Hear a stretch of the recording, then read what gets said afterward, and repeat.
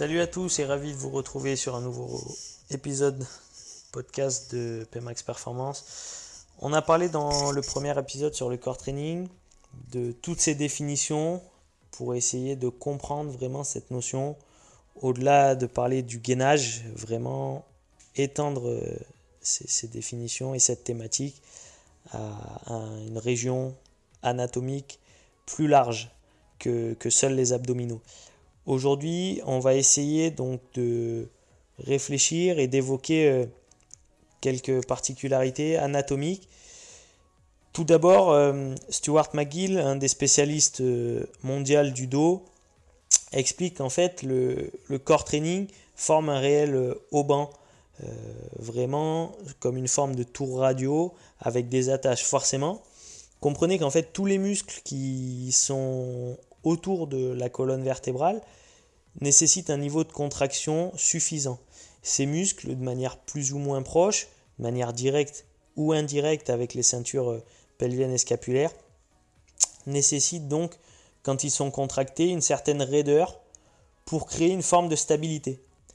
Donc tout comme un haut-banc ou une tour radio qui attache et soutient chaque muscle qui entoure la colonne vertébrale, ça doit fournir une certaine quantité de tension et une rigidité pour maintenir la force sur toute la colonne vertébrale et dans son ensemble pour l'empêcher de se déformer et de se blesser. Si on découpe le tronc et qu'on l'imagine sous forme de caisson, en fait on imagine que ces muscles qui entourent la colonne vertébrale sont considérés comme le vrai noyau du corps et le caisson abdominal. Il est composé en avant des muscles abdominaux sur la face antérieure et les côtés également avec les obliques. Il est composé des muscles érecteurs du dos et même de manière plus spécifique des muscles plus grands comme le muscle iliopsoas ou les muscles fessiers qui sont pluriarticulaires. On n'est donc pas surpris de voir que les fessiers jouent un rôle vraiment prépondérant dans ce core training qui permet de stabiliser en fait la posture, de contrôler ses hanches, de contrôler son bassin. Il sera donc nécessaire de développer et de créer une synergie pour améliorer la stabilité de la colonne vertébrale et d'avoir une contraction musculaire générale. Je vais maintenant parler du principe de tenségrité qui fait appel à la base au domaine de l'architecture.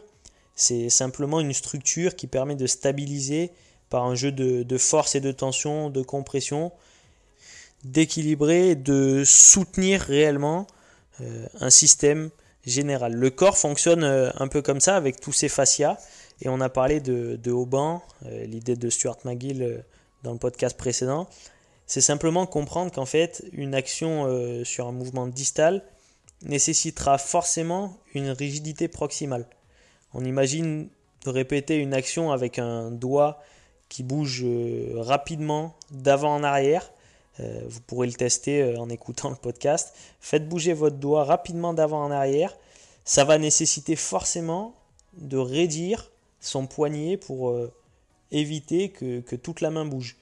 Sur le système du core training, c'est la même chose. Si on veut faire bouger ses membres inférieurs ou ses membres supérieurs de manière dynamique, il faudra créer une vraie synergie, une vraie tension dans l'ensemble de son système central pour éviter qu'il y ait des perturbations et des pertes d'énergie inutiles. Avec ce même principe, si on utilise un mouvement très simple qui est l'action de la marche, le bassin doit être forcément raidi en lien avec la colonne vertébrale de manière synergique.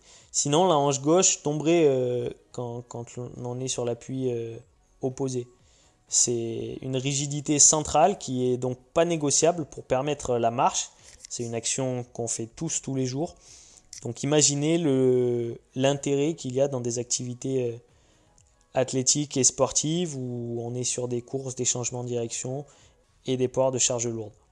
Il faudra donc que la colonne vertébrale et tous les 35 muscles environ de ce core training travaillent en synergie pour créer une vraie raideur, la stiffness en anglais, et un tronc qui soit stable et costaud. Continuons ces rappels d'anatomie dynamique en expliquant que les muscles des abdominaux donc, se composent, comme vous le savez, du transverse, des obliques internes, externes, du droit de l'abdomen. La contraction du transverse se fait en fait en synergie avec la contraction du plancher pelvien et surtout du plancher périnéal. En utilisant cette synergie de contraction, on augmente forcément la pression intra-abdominale, ce qui permet de tendre le fascia thoracolombaire. Il a été démontré que le transverse est essentiel à la stabilisation de la colonne lombaire. Le recrutement et la contraction de l'ensemble des muscles des abdominaux contribuent à créer un cylindre rigide, ce qui augmente en fait la rigidité de la colonne lombaire.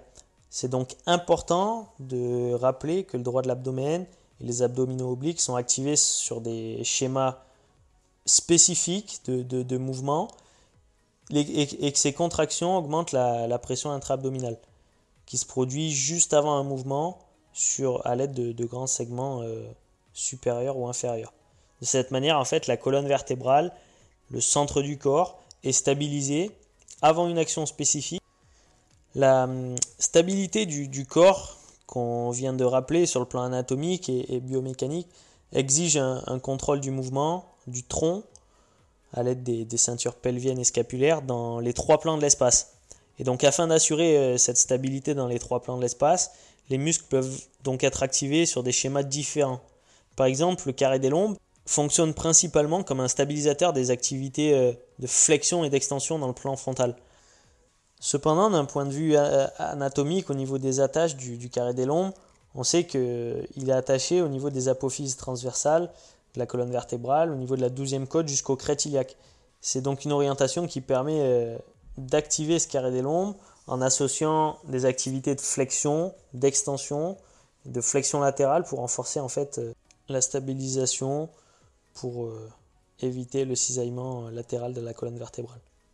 La contraction simultanée du diaphragme sur le plan supérieur du plancher pelvien, sur le plan inférieur, et des muscles abdominaux et dorsaux sur le plan avant-arrière permet donc de stabiliser et de contrôler son corps et son noyau pour éviter de se blesser dans différentes activités. J'espère que ces quelques explications succinctes vous auront permis de comprendre de manière un peu plus précise l'anatomie du core training, du noyau central. Et dans le prochain épisode, on parlera des erreurs courantes sur le renforcement des abdominaux et du core training.